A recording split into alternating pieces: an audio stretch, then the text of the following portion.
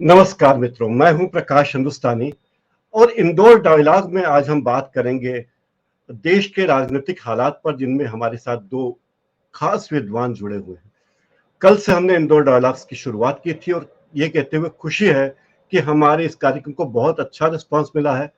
अब आज से ये हमारा कार्यक्रम फेसबुक, यूट्यूब के अलावा लाउड इंडिया टीवी पर भी प्रसारित हो रहा है। तो आप सबका बहुत बहुत शुक्रिया। अ, अगर आपने यूट्यूब पर हमारा ये कार्यक्रम, हमारा चैनल सब्सक्राइब नहीं किया तो सब्सक्राइब कर लीजिए, ताकि आने वाले कार्यक्रमों की सूचना भी आपको मिलती रह सके। आज हमारा विषय है, क्या बीजेपी अपराजेय है? क्या बीजेपी को कोई हरा नहीं सकता? इसी मुद्दे पर बात करने के लिए हमारे साथ जुड़े हैं डॉक्टर हितेश वाजपेयी जी। हितेश वाजपेयी जी के बारे में बताना काफी है कि वे मध्य प्रदेश भाजपा की मीडिया प्रभारी रहे हैं और अभी मध्य प्रदेश भाजपा के प्रदेश प्रवक्ता हैं।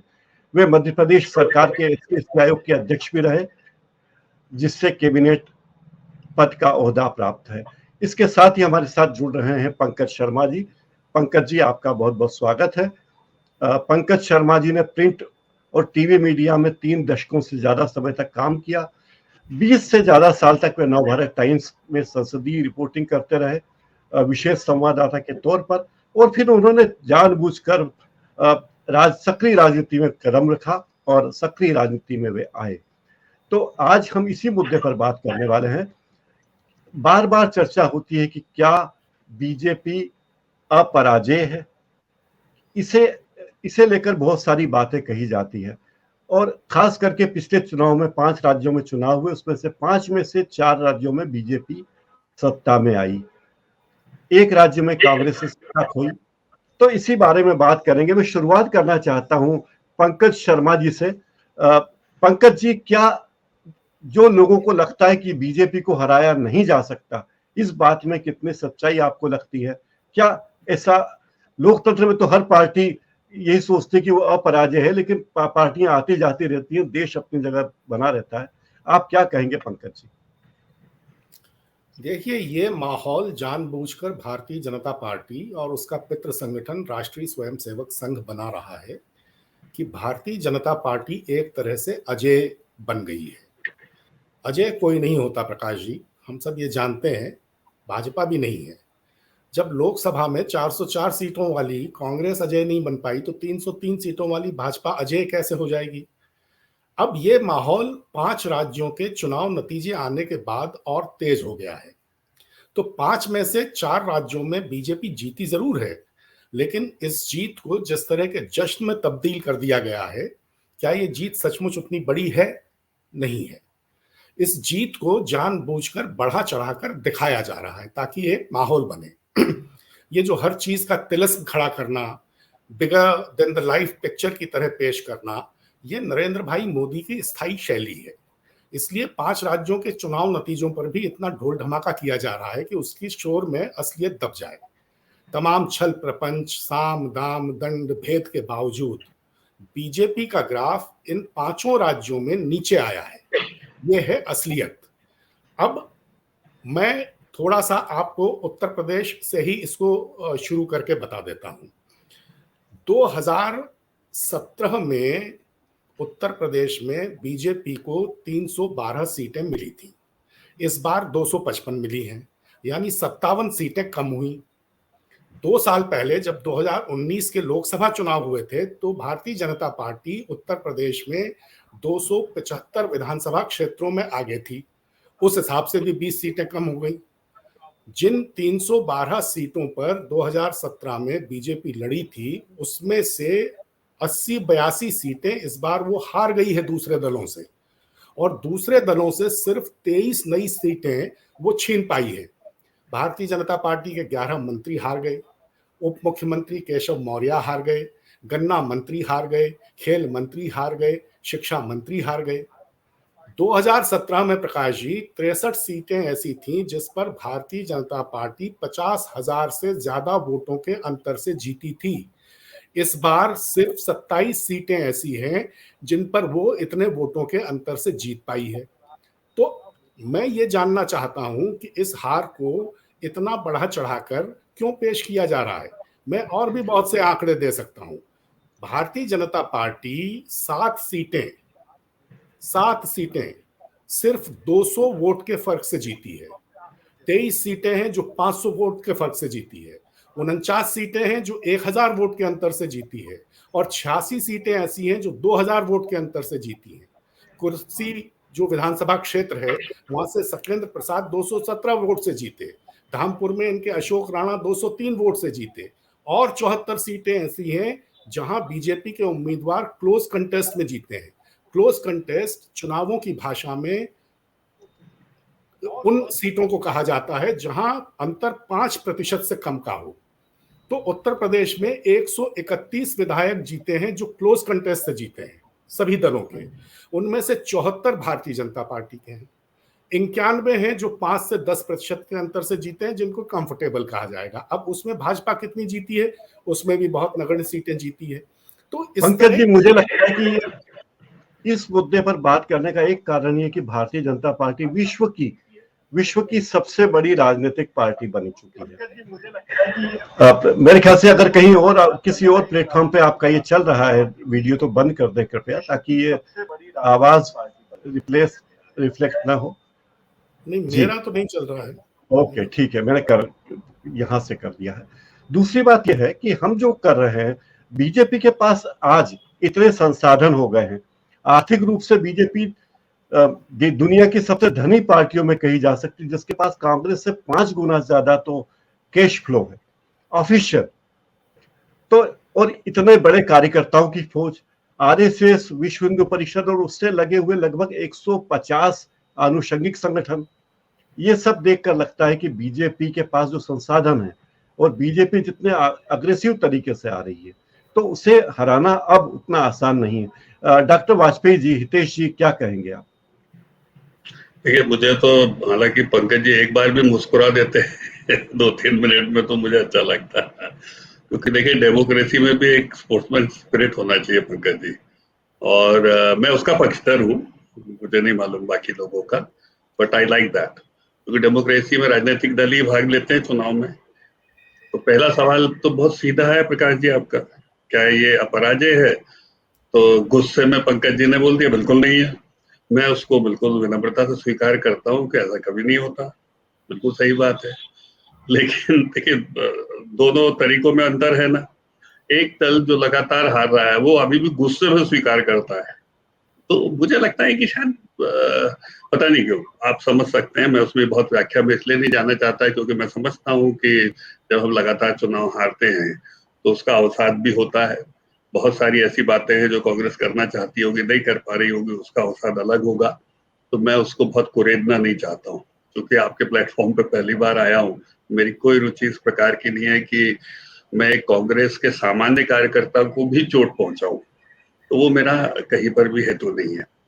तीसरी बात बहुत महत्वपूर्ण है कि आप चलिए मान लिया हम सब जगह जीत तो गए साहब, आपने बोल दिया अपराजय नहीं है, इसको हराया जा सकता है भाजपा को, मैं स्वीकार करता हूँ, हरा दो। भाई हमने कभी रोका क्या किसी को मना किया क्या?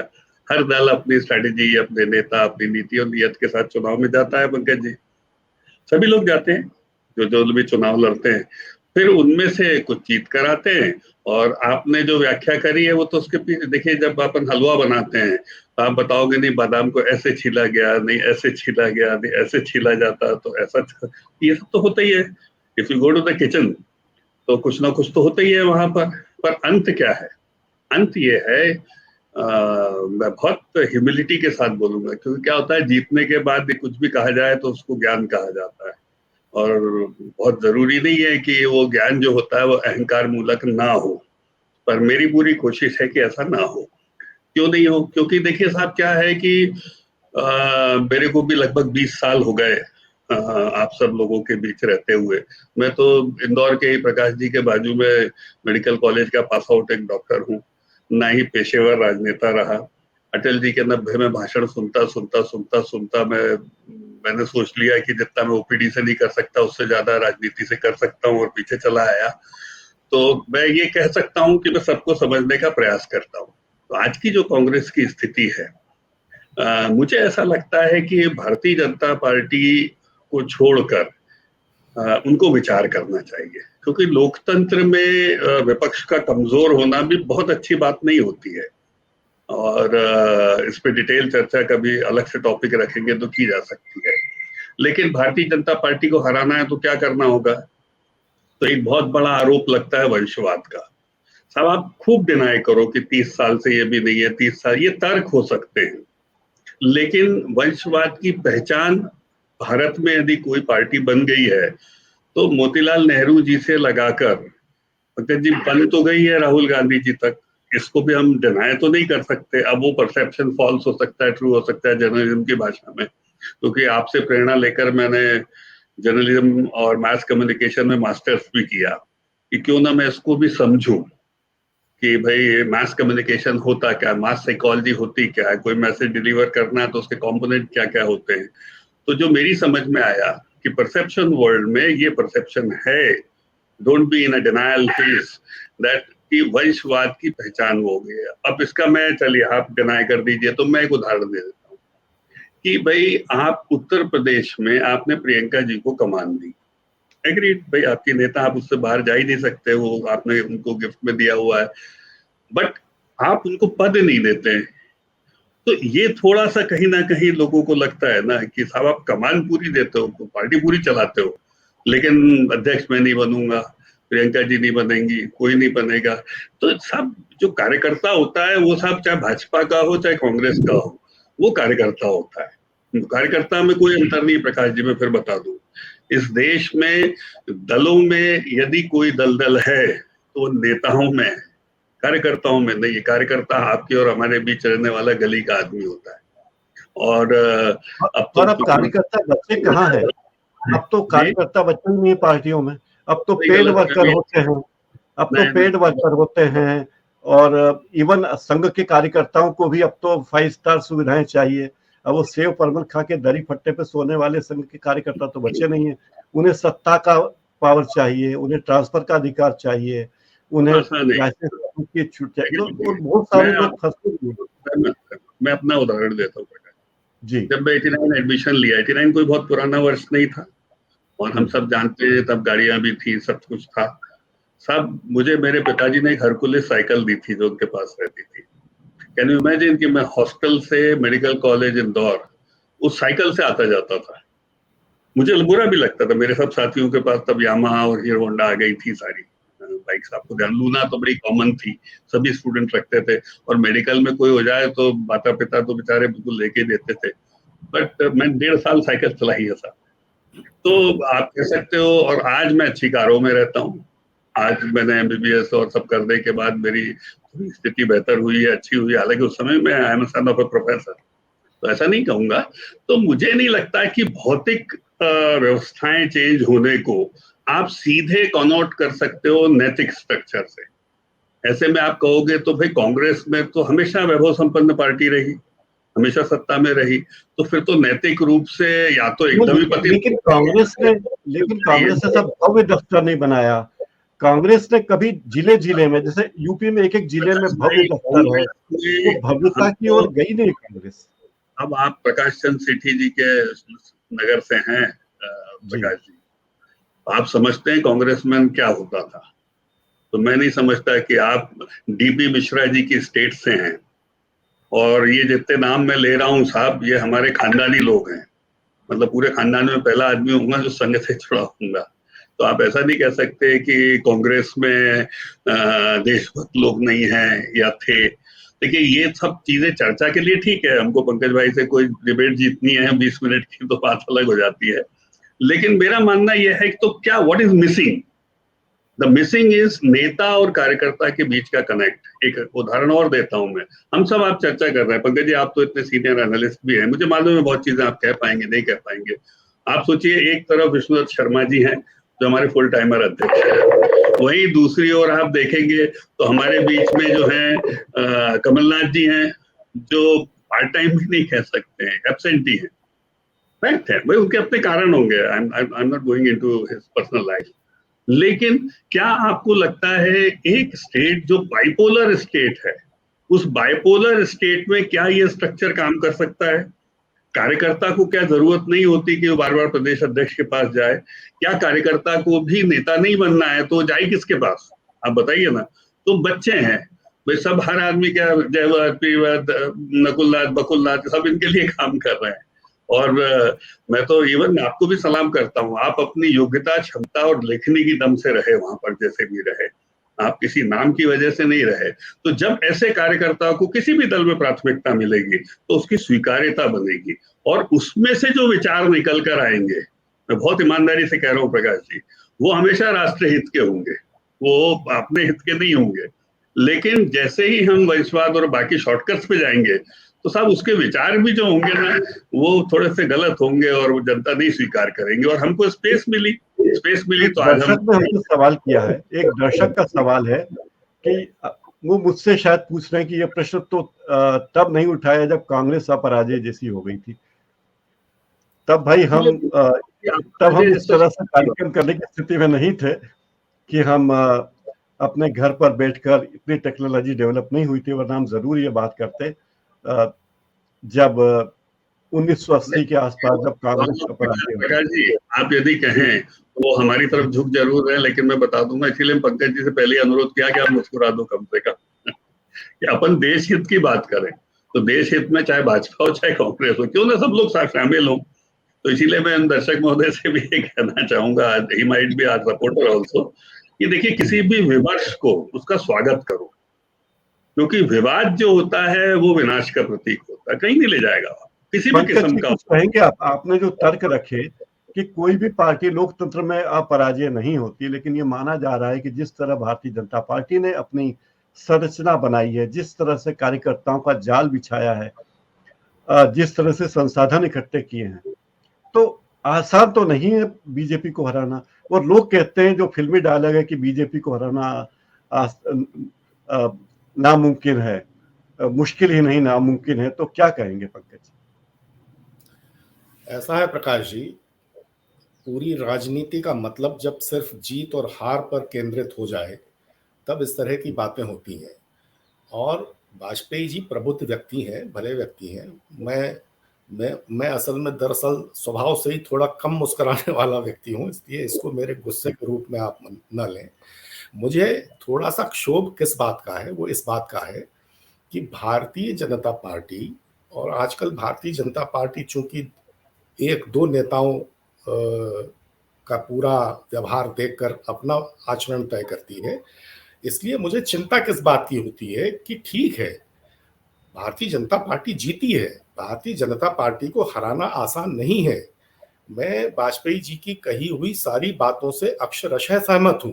मैं तो कांग्रेस की बात अभी इसलिए कर ही नहीं रहा हूं कि कांग्रेस पहले इस लायक तो हो जाए कि उसकी कोई बात की जाए। कांग्रेस ने जो अपना हाल कर लिया है वो खुद के हाथों किया है, इसमें कोई दो मत नहीं है।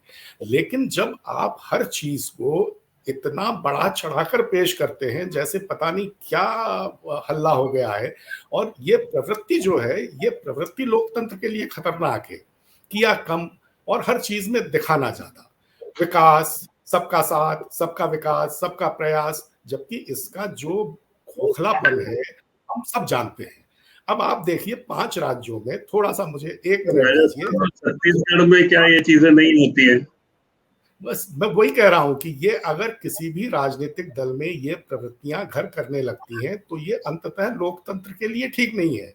अब आप एक बात बताइए, 5 राज्यों में 690 सीटें हैं विधानसभा की, इसमें से भारतीय जनता पार्टी के पास 399 थी, अब है 356, यानी 43 सीटें कम। उत्तराखंड कम है क्या ये? आपके संतोषजनक नहीं? एक मिनट दें, मैं प्रवृत्ति की बात कर रहा हूं। आप एक तरफा मत बोलिए। आपने जैसे बोला है भाई इतनी है, मान लिया, तो कितनी होनी चाहिए थी आपके हिसाब से? नहीं, मैं ये कह रहा हूँ, मेरा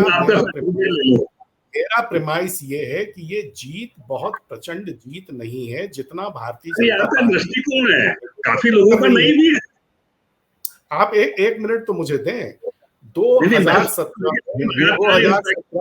वाजपेयी जी जरा पंकज जी की बात पूरी हो जाए, पंकज जी की बात पूरी हो जाए। हमारा कार्यक्रम थोड़ा अलग किस्म का है, हम टेलीविजन चैनल जैसा बहस नहीं करना चाहते। हम चाहते हैं हर व्यक्ति को अपनी बात कहने का पूरा मैं सहमत हूँ, लेकिन ये बार बार रिपीट हो रहा है। पिछली बार भी सैफुद्दीन पंकज जी ने कहा, मैंने पूरा सुना सीटों के बारे में, तो ये प्रचंड जीत, ये प्रचंड, कितने घुमा घुमा के आप क्या चाहते हो, कब होनी चाहिए, कब हम लोग निकले, नहीं तो नहीं निकले, आप गाइडलाइन दे दीजिए हमको। अब मुझे वही तो, वाजपेयी जी मेरी बात सुनिए आप। देखिए, पिछले चुनाव के मुकाबले उत्तर प्रदेश और मणिपुर में बीजेपी को 1.5% वोट ज्यादा मिला है और गोवा में सिर्फ 0.5%, 0.8%। उत्तराखंड में पहले से सीट बढ़ी है लेकिन वोट 2.25% कम हो गया है। पंजाब में 3.25% वोट पिछले चुनाव से कम मिला था, जबकि पिछले चुनाव में भी कुछ वोट नहीं मिला था। तो मेरा निवेदन ये है कि ये कैसी प्रचंड जीत है, जिसको कहते हैं ना मलबूस कहते हैं। प्रकाश जी आप जानते हैं, प्रचंड नहीं कहा, पंकज जी ने 20 बार इसको प्रचंड बताया जा रहा है, इसका जश्न ऐसे मनाया जा रहा है जैसे पता नहीं क्या हो गया है। मैं ये कह रहा था, आप भोपाल के हैं, आप जानते हैं मलबूस कहते हैं परिधान को, और पिछले 8-10 साल से हमारी राजनीति में परिधान का, बार बार परिधान बदलने का महत्व बहुत बढ़ गया है। शिवराज पाटिल की ये कोई सुनिए, तो वो कहा गया है कि मिलिट्री लैंग्वेज अमित शाह के लिए, मोदी जी के लिए। एक मिनट मेरी बात नहीं सुन रहे हैं, बात क्या लगातार उसी चले आ रहे। मैंने तो राहुल गांधी पे कुछ नहीं बोला, मैंने तो नहीं बोला कि वो कहाँ जाते हैं बाहर, 5 सालों में कितनी बार कहाँ होकर आए, मैंने कुछ ये कुछ तरह है क्या बातचीत का? मतलब आप तो इतना औसाद लेके कैसे राजनीति करेंगे साहब? मैं क्या कह रहा हूँ, आप लगातार वही नहीं साहब, मोदी जी ऐसे, मोदी जी वैसे। मोदी जी का नाम ही नहीं लिया, मैंने मोदी जी का नाम ही नहीं लिया, अब ले रहा हूँ मैंने मोदी जी का नाम ही नहीं लिया। मैंने कहा भारतीय जी इनको रिवाइंड करके कार्यक्रम पूरा भेजिएगा। इन्होंने अपने फर्स्ट ओपनिंग रिमार्क ये बहुत कही, 2 लोगों का ऊर्जा है, 2 लोगों का तरीका है, तो ये डिफेमेटरी प्रोग्राम कर रहे हैं हम क्या? अच्छे रखे, समझ में आ गई बात, लेकिन बार बार आप व्यक्तिपरक चर्चा करेंगे तो I am not happy with that kind of conversation. Prakash Vajpayee ji, Pankaj ji की बात पूरी हो जाए फिर ज्यादा अच्छा है। आपने कांग्रेस के वंशवाद की बात कही, तो अगर अरे भाई मैंने नाम लिए क्या किसी के? पार्टी 1-2 लोग चला रहे हैं तो कौन सी इसमें बड़ी भारी मुसीबत होगी? एग्रीड ना, पर आप बार बार नाम लेके क्यों इतने नाराज हो रहे हैं? मैंने नाम लिए। पंकज जी ये बताइए, आप कांग्रेस में आए, आपने सक्रिय पत्रकारिता छोड़ दी और कांग्रेस में आए। नहीं, पत्रकारिता मैंने नहीं छोड़ी, पत्रकारिता की नौकरी छोड़ दी, पत्रकारिता की नौकरी छोड़ दी और अब राजनीति करने लगे। तो कांग्रेस में आपने क्या देखा ऐसा कि कांग्रेस में आए और टाइम्स ऑफ इंडिया समूह जैसी बड़ी कंपनी में संसदीय संवाददाता का काम छोड़ के आपने ये काम दिया? ऐसा क्या आकर्षण लगा? कांग्रेस मुझे भारत के जो चिरंतन विचार हैं, भारत की जो शाश्वत विचारधारा है, जिसको हम आइडिया ऑफ इंडिया कहते हैं, उससे ज्यादा नजदीक लगी। तो मैं भारतीय जनता पार्टी में आया, ये कांग्रेस में आया, क्योंकि उसमें एक सर्वसमावेशी विचारधारा उसकी है, इसलिए मैं आया। मैं जो कह रहा था वो मैं ये कह रहा था कि हमें राजनीति में सिर उठा रही प्रवृत्तियों पर भी गौर करना चाहिए। ये मलबूस खुशनुमा है मगर खोखले हैं जिस्म, छिलके सजे हुए हैं फलों की दुकान पर। तो हर चीज को बहुत बढ़ा चढ़ा कर पेश करना। इनके 5 यूनिफॉर्म और ड्रेसेस चेंज में प्रियंका जी के फोटो भेज दूंगा इस कार्यक्रम के बाद।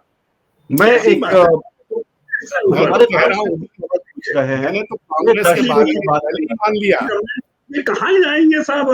आप सोचिए, दर्शक भी बोर हो रहे होंगे इतना उनका सीरियस के सवाल ला रहा हूँ। एक मिनट, दर्शक ने सवाल किया है कि कांग्रेस के नेता जिस तरह से बीजेपी में आ रहे हैं, उससे बीजेपी का भविष्य कैसा होगा? क्या जनता और कार्यकर्ताओं के साथ न्याय कर पाएगी पार्टी? ये सवाल वाजपेयी जी से वैशाली शर्मा ने पूछा है, क्या कहेंगे? देखिए प्रकाश जी, ये सवाल ठीक है और इस सवाल के 2 पहलू हैं। 2 पहलू है कि भाई ठीक है, आप बोल सकते कल को पंकज जी का मन कर जाए, हमारा वरिष्ठ नेतृत्व तो अलाउ कर दे, आ जाएंगे, तो हमें थोड़ा याद रखेंगे कि इस तारीख को हम लड़ रहे थे 2-2। भाई पंकज जी को लगा, उनको पार्टी अच्छी लगी तो आगे। इस देश में देखिए वैमनस्यता की राजनीति मत करो। मैं क्यों मुस्कुराने की बात कर रहा हूँ पंकज जी, आपके स्वभाव में नहीं होगा, accepted, I apologise for that thing, but the thing is हम साहब ये एकदम से ऐसे गर्दन दबाने वाली राजनीति एक दूसरे की क्यों करना चाहते हैं?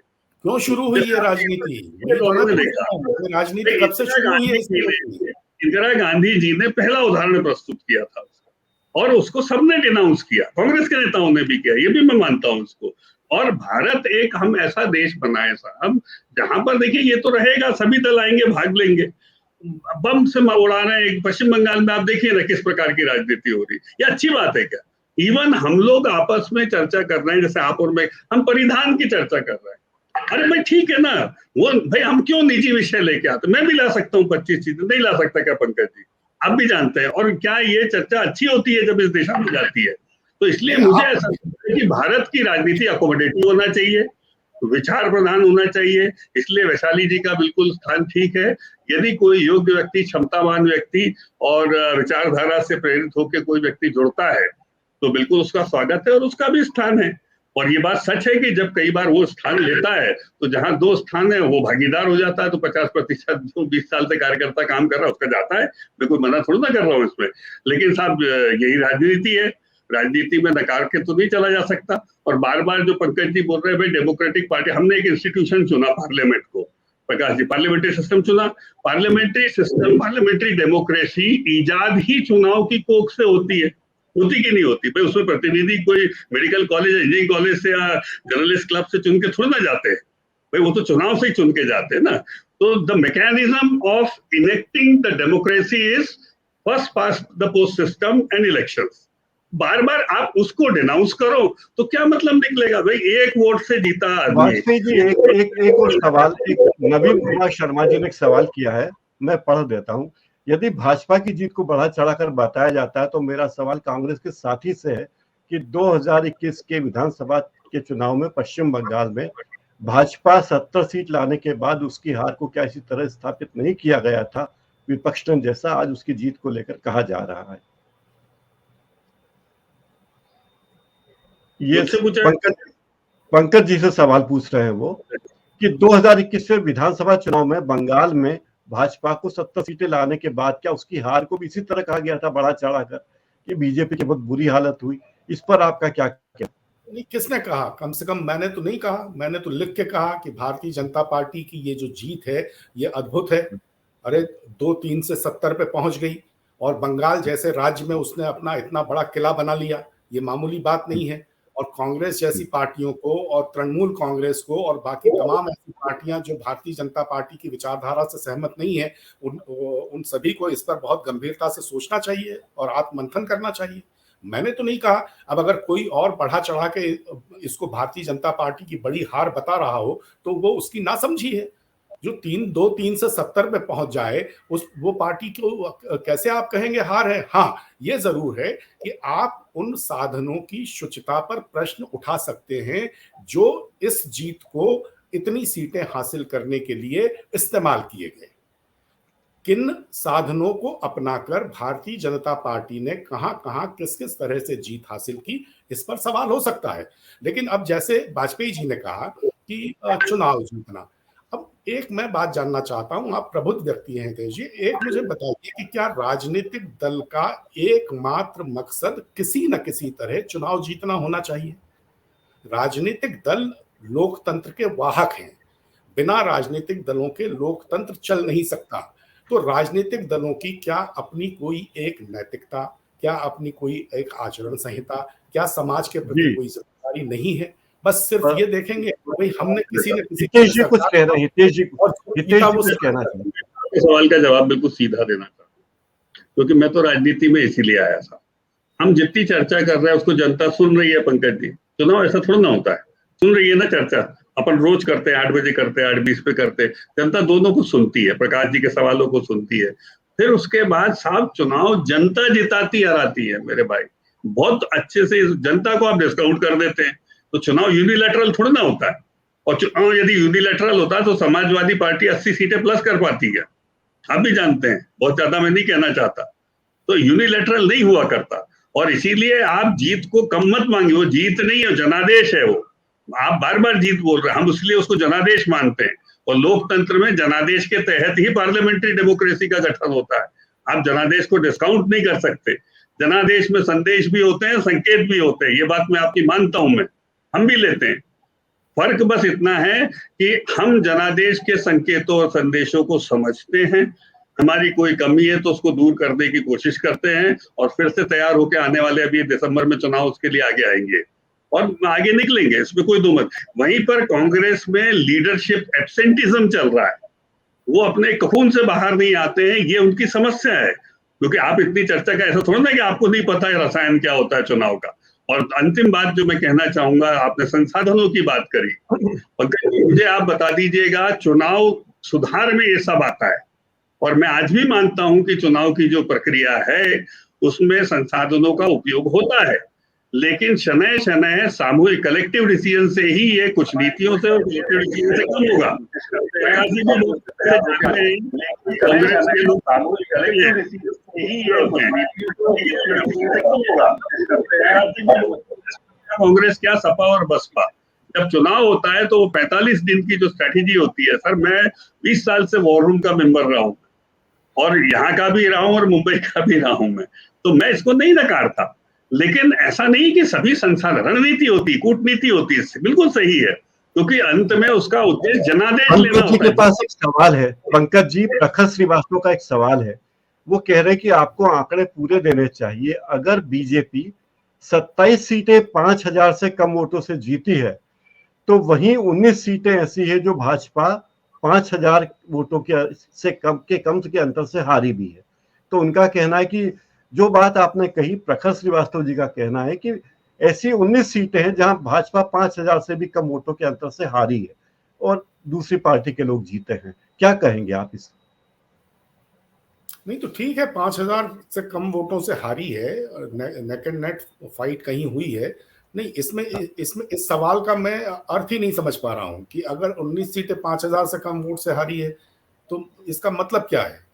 नहीं, वो ये कह रहे हैं कि आप एक अपने चुने हुए आंकड़े दे रहे हैं, एक नैरेटिव बता रहे हैं, आपका अधिकार, क्योंकि आंकड़े गलत नहीं है तो स्वाभाविक है। उनका कहना है नैरेटिव तब होगा जब हम उस तरफ के आंकड़े भी लें, और मैं जो हूं, मैं प्रखर जी आपको कहूंगा, मैं आंकड़े में जाना ही नहीं चाहता। यदि आप जनादेश हमारे पक्ष में नहीं आता, हमें चिंतन करना चाहिए।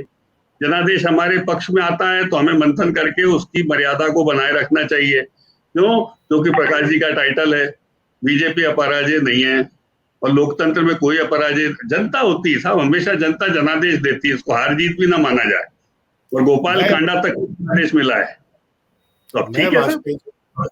प्रखर श्रीवास्तव जी का भी एक और बात कहनी कि उनका कहना है चांदपुर सीट से बीजेपी उम्मीदवार कमलेश सैनी को भाजपा के स्वामी ओमवेश ने मात्र 234 वोटों से हराया। बीजेपी की रामनगर सीट केवल 261 से और इसौली सीट 269 वोटों के अंतर से गंवानी पड़ी। तो उनके कहने का आशय यह है कि चुनाव जब होते हैं तो कोई 200 वोट से हारता है, कोई 2,000 वोट से हारता है, कोई 20,000 वोट से हारता है, पर जीत जीत होती है, हार हार होती है। ये प्रखर जी का कहना है। आप कुछ कहेंगे पंकज जी इस पे? नहीं, जीत जीत होती है, हार हार होती है, जो जीता वही सिकंदर होता है, और अंततः जीत ही महत्वपूर्ण होती है। और ये महत्वपूर्ण होता है कि कितनी सीटें आई हैं, और उसके बाद ये भी महत्वपूर्ण होता है कि अगर अपनी सीटें नहीं आई हैं तो दूसरे किसी राजनीतिक दल को तोड़ ताड़ के अपनी सीटें बढ़ा लें और किसी न किसी तरह सरकार बना लें। तो अंततः ये भी महत्वपूर्ण होता है कि सरकार बने, सीटें कितनी आई हैं उससे भी कोई महत्व नहीं होता। लेकिन मेरा निवेदन यही है कि अगर राजनीतिक दल सिर्फ इस उठापटक, इस जोड़ तोड़ और जिसको कहते हैं कूटनीति, बस यही करना चाहते हैं तो बहुत अच्छा है। लेकिन राजनीतिक दलों के पंकज जी, हमारे दर्शक कमलेश पारे ने कमेंट किया है आपकी टिप्पणी पर। वो कहते हैं कि आपका जो बयान है वो एक निराशा को प्रकट करता है। क्या कहेंगे? मैं भी हाँ, ठीक कह रहे हैं। मुझे निराशा है, मुझे कांग्रेस के परफॉर्मेंस से निराशा है, मुझे सकल विपक्ष के परफॉर्मेंस से निराशा है, मुझे इस बात से भी निराशा है कि भारतीय जनता पार्टी जैसी अलग चाल चरित्र और चेहरे वाली पार्टी, और संसाधन की बात सिर्फ मैं नहीं कर रहा था, मैं उन साधनों की बात कर रहा था जो किसी न किसी तरह जनादेश को अपनी तरफ खींचने के लिए अपनाए जा रहे हैं पिछले कई वर्षों में, जिसमें सामाजिक ध्रुवीकरण सबसे बड़ा हथियार है। तो मुझे पूरे पूरे देश की समूची राजनीतिक परिस्थिति और राजनीतिक परिदृश्य को लेकर सचमुच निराशा है। मैं सचमुच निराश हूं, इसीलिए मैं ये जी, कह रहा हूं। और मैं निराश सिर्फ वाजपेयी जी कुछ कांग्रेस कह रहे हैं, वाजपेयी जी कुछ कह रहे हैं। देखिए देखिए पॉलिटिकल डिसीजंस ऐसा नहीं पंकज जी कांग्रेस ने भी किए हैं। और मैं आपको जैसे उदाहरण दे दूं, एक रिसेंट उदाहरण तो आपका पंजाब का ही हो गया भाई, सिद्धू को अध्यक्ष बनाना, अमरिंदर सिंह को बाहर निकालना, ये क्या बड़े एक पीएमटी की परीक्षाएं ले लेके किया था क्या कि कौन अव्वल आज? नहीं किया था, ये आपके कूटनीतिक रणनीतिक डिसीजन से फेल हो गए। तो इसलिए अच्छा, सिद्धू कौन से आपकी पार्टी के? हमारी पार्टी में तो फिर भी रहे, कह सकते हो शुरुआती उनकी, लेकिन वो किसी के है ही नहीं, सबको पता है। तो ये तो सब करते हैं। दूसरी बात आपको बताऊं, पॉलिटिकल डिसीजन, देखिए इस देश में ऐसे प्रधानमंत्री भी हुए, अगेन मेरी नेमिंग में जाने की वो नहीं है, लेकिन मेरा अपना एक दृष्टिकोण है। आप सोचिए, तमिल्स हमारे लोग थे, पड़ोस के देश में उन तमिलों के नरसंहार के लिए हमने पीस कीपिंग फोर्सेस भेज दी तथाकथित। तो ये भी एक पॉलिटिकल डिसीजन था ना, to get an entry into somewhere, to get a focus of like, ये अनवांटेड था। इस पे डिस्कशंस हो सकते हैं बहुत सारे, लेकिन उसका हमारे देश से कोई संबंध नहीं था। उल्टा हमारे देश के नागरिक थे भाई, हमारे देश की एथनिसिटी से संबंधित लोग थे। तो कम से कम हम यदि इनको सपोर्ट नहीं करते तो हम वहां जाकर उनको मारने के लिए उनके साथ तो नहीं खड़े होते। Let it be their internal problem, whatever they wanted to do. हमने कभी नहीं बोला कि जैसे कश्मीर में पाकिस्तान है, पाकिस्तान उनके समर्थन में आता है जो गलत है। भाई हमारा इंटरनल क्राइसिस है, इंटरनल क्राइसिस में हम इवॉल्व होंगे, तो हमको होने दीजिए। तो पॉलिटिकल डिसीजंस तो बहुत सारे ऐसे हैं जो अपीसमेंट के हैं, ऐसा नहीं कि नहीं होते हैं। लेकिन फिर मेरा ये कहना है, समाज नीति और राजनीति अलग अलग नहीं है पंकज जी, तो इसको नाराजगी से नहीं देखना। कई बार आपको लगेगा कि हाँ इसके ऊपर इलेक्टोरल पॉलिसी हावी होती है, लेकिन कई बार आपको लगेगा ट्रिपल तलाक जैसे निर्णय, आप तो स्वयं बुद्धिजीवी हैं, किसी भी समाज में ऐसी प्रथाओं को इस समय में कोई स्वीकार नहीं करेगा। और इसकी लेकिन हिम्मत, वाजपेयी जी, मेरा एक सवाल है कि हमारी विदेश नीति में स्पष्ट लिखा है कि हम किसी भी देश के आंतरिक मामलों में कभी कोई बात नहीं करेंगे, और हम नहीं करते हैं। हम इतने सालों से नहीं करते हैं, लेकिन आएगा तो। लेकिन ट्रंप की जिस तरह से प्रचार किया गया है ट्रंप का, क्या ये हमारी विदेश नीति के अनुसार था? नहीं, आंतरिक मामलों में हस्तक्षेप एक अलग बात है और कूटनीति डिप्लोमेसी एक अलग बात है। आंतरिक मामलों में हस्तक्षेप जब अपनी सेनाएं भेज देते हैं, जैसे आज हमारी देश की सोवरेन सरकार यदि कहीं पर यूक्रेन में अपनी सेना भेज दे या रशिया के साथ ट्रूप भेज दे, तो ये हस्तक्षेप है। तो मैं समझता हूँ दोनों को डिप्लोमेसी जो लोग समझते हैं, पंकज जी दिल्ली बहुत रहे, डिप्लोमेसी भी तो उसका हिस्सा है, कूटनीति भी राजनीति का हिस्सा है, परम हिस्सा है। बिल्कुल है, और राजनीति का यही हिस्सा है कि मोदी जी ने जेलेंस्की से भी बातचीत करी, पुतिन से भी बात करी, मैक्रो से भी बात करी, पोलैंड में भी बात करी, रोमानिया में भी करी। हमारा उद्देश्य क्या है कि साहब आप जानो, हमको ना नाटो से मतलब है, ना यूनाइटेड नेशन से मतलब है, क्योंकि वहां पर पोलराइजेशन हमें भी पता है क्या है और उस पर बयान कैसे आ रहे हैं। हमको हमारे देश के नागरिक सुरक्षित बाहर चाहिए, जिनको ह्यूमन शील्ड बनाया गया, और हम निकालने का प्रयास किया। मौन रहे वो उतने दिन, कुछ नहीं बोला उन्होंने। और ये अकेले प्रधानमंत्री नहीं है साहब, आप समझिए। देखिए हम लोग कहने को बातचीत कर लेते हैं, लेकिन इस देश में बहुत बड़ी संख्या में ब्यूरोक्रेट्स भी हैं जो इस प्रकार के होते हैं। उनको आइडेंटिफाई करके पोस्ट करना, उनका इस्तेमाल। जयशंकर जी कोई भारतीय जनता पार्टी या विद्यार्थी परिषद के कार्यकर्ता नहीं रहे जो आज हमारे विदेश मंत्री हैं। तो योग्यता सफल विदेश मंत्री है क्या जयशंकर जी?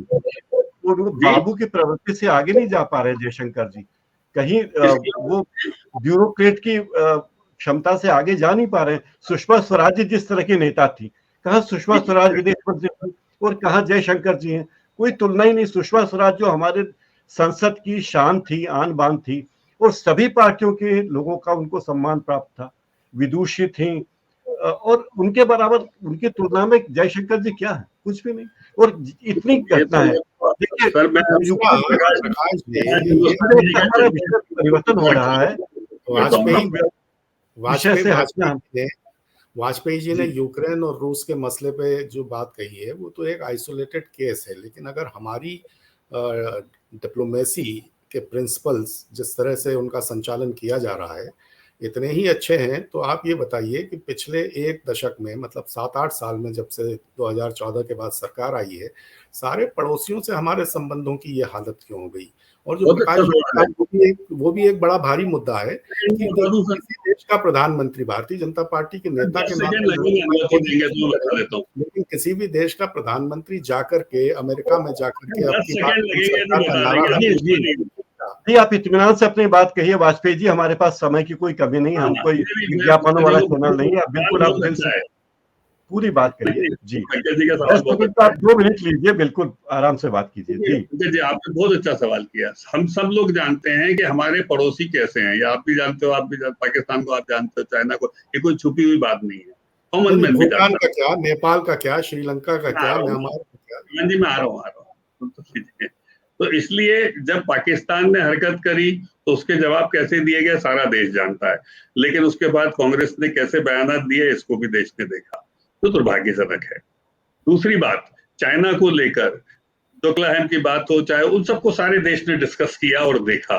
और एक ये बात तय है कि हमारी फोर्सेस को देखिए, वहां पर ना भाजपा का कार्यकर्ता लड़ने जाता है, ना कांग्रेस का, ना कोई पत्रकार जाता है।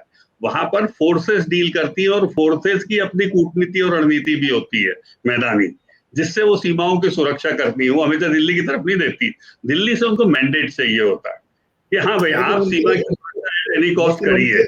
लेकिन कॉस्ट उनके मतलब बलिदान का सारा श्रेय राजनीतिकों द्वारा लेने की प्रवृत्ति भी बढ़ती जा रही है। कि प्रवक्ता, यदि सैनिकों के सिटिंग बलिदान का सारा गवर्नमेंट, श्रेय राजनीतिक लेने लगे हैं, ये प्रवृत्ति भी बढ़ती जा रही है, जो बहुत खतरनाक मैं है, पहले सहमत नहीं। हूँ ना। नहीं, जब ये रहते होती, जब बांग्लादेश के आप युद्ध का श्रेय ले सकते हैं और इंदिरा जी को हमने भी दुर्गा कहा, तो आपको मोदी जी को कुछ अच्छा कहने में सर इतनी देर क्यों लगती है, ये बताइए ना सर। कहाँ हमने कहाँ हमने इंदिरा जी को बांग्लादेश का, नकारा तो आज भी नहीं कहाँ नकारते। बांग्लादेश की घटना और कहाँ सर्जिकल स्ट्राइक, इन दोनों की तुलना मत करिए। एक तो छोटी सी सर्जिकल आप स्ट्राइक देखिए, थी, आप वैमनस्य देश के बड़ा चढ़ाकर प्रधानमंत्री आपस में पैदा करोगे पंकज जी, तो तुलनात्मक वैमनस्य होती है कि नहीं मेरा प्रधानमंत्री, तो फिर नेहरू जी की फाइल खोल देता हूँ पूरी, अच्छा लगेगा क्या? देखो, नेगेटिविटी का ये ध्यान रखिएगा, लेकिन हमें यदि देश चलाना है तो हम ठीक है, जिसने जो जो अच्छे काम किए हम क्यों ना उसको लेकर चले, क्या बुराई है? अच्छा बताओ पंकज जी, सब चले जाएंगे एक दिन, नहीं चले जाएंगे? तो आज 370 का मामला हो, आप सोचिए 70 साल, सर 370 हटने से किसको खुशी नहीं हुई? सबको हुई, क्योंकि सबको मालूम था भाई ये बाधा है, और इसीलिए संविधान में भी लिखा गया टेम्परेरी प्रोविजन है, बस कर नहीं पाया था। हम ये कहते हैं कि कांग्रेस अपने पॉलिटिकल कंपल्शन की वजह से नहीं कर पाई। आप ये कहते हो कि ठीक है, आप नाराज होकर कहते हो आपने ठीक तरीके से, हमारे कहने के तरीके अलग अलग हैं दोनों के, लेकिन हम दोनों एक बात पे तो सहमत थे कि 370 हटना चाहिए। तो क्यों ना हम एक स्टेप, पंकज जी और हम तो बुद्धिजीवी होकर आगे बढ़ सकते हैं कि नहीं, ये वो सरकार रही है इतिहास में जिसने 370 को हटा दिया। हर जगह हम, मैंने बताया ना पंकज जी, उलझेंगे ना तो हम में और व्हाट्सएप में बैठे कार्यकर्ताओं में कोई अंतर नहीं रह जाएगा। बहुत सारी चीजों को हम सुनकर बाईपास कर दें, मैं भी कर। दोस्तों, हमारे इस कार्यक्रम का समय समाप्त होने वाला है, तो मैं आपकी दोनों से इजाजत चाहता हूँ कार्यक्रम समाप्त करने के लिए। हमारे बहुत से दर्शक हमसे जुड़े हैं, बहुत से सवाल भी कर रहे हैं। एक दर्शक नरेंद्र शर्मा जी ने लिखा है कि वाजपेयी जी अपना आपा खो रहे हैं। नहीं, ये वाजपेयी जी कभी अपना आपा नहीं खोते नरेंद्र शर्मा जी, मैं उन्हें जानता हूँ अच्छी तरह। तो आप दोनों मेहमानों का बहुत बहुत स्वागत है। हमारा ये कार्यक्रम फेसबुक और लाउड इंडिया टीवी पर भी चल रहा है। आप हमारे चैनल को सब्सक्राइब कीजिए, लाउड इंडिया टीवी पर भी सब्सक्राइब कीजिए, और इंदौर डायलॉग में भी सब्सक्राइब कीजिए। आपका बहुत बहुत शुक्रिया, दोनों ही मित्रों का बहुत बहुत शुक्रिया, आप हमसे जुड़े और हमसे बातचीत की। मित्रों, इस कार्यक्रम को समाप्त करने की इजाजत दीजिए और हमारे चैनल को सब्सक्राइब